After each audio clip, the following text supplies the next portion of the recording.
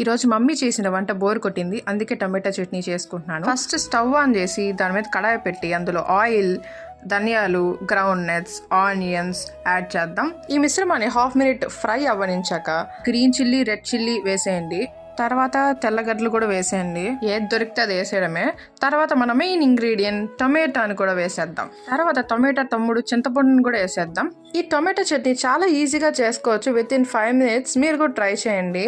ఈ tomato skin అనేది బయటకు వస్తుంది. సో ఈ మిశ్రమం అనేది ఆల్మోస్ట్ రెడీ అయిపోయినట్టే. ఇప్పుడు నెక్స్ట్ ఏం లేదు, మిక్సీలో వేసి దీన్ని గ్రైండ్ చేసుకుందాం. మనం ఫ్రై చేసుకున్న మిశ్రమాన్ని మిక్సీలో ట్రాన్స్ఫర్ చేసుకొని తగినంత సాల్ట్ అలాగే కాస్త వాటర్ యాడ్ చేసుకొని గ్రైండ్ చేసేసుకుందాం. సో గ్రైండ్ చేసుకోవాలి. నేను ఎడిటింగ్లో ఎడిట్ చేసా కాబట్టి ఫాస్ట్గా అయిపోయింది. నెక్స్ట్ పోపు కోసం సేమ్ కడాయిలో ఆయిల్, కర్రీ లీవ్స్, ఆనియన్స్, ఇంగువ, పసుపు యాడ్ చేసుకొని మనం గ్రైండ్ చేసుకున్న పచ్చడిని ట్రాన్స్ఫర్ చేసేసుకుందాం. అంతే అండి. ఒక 2 minutes కుక్ అయ్యాక వేడివేడి అన్నంలో వేసుకొని నెయ్యి వేసుకొని తింటే ఎక్సలెంట్ గా ఉంటుంది. నేను చేసే రెసిపీస్ లో ఇది అందరికీ ఫేవరెట్ అన్నమాట మా ఇంట్లో. సైనింగ్ ఆఫ్, కెమెరామ్యాన్ తేజుతో షెఫ్ తేజు.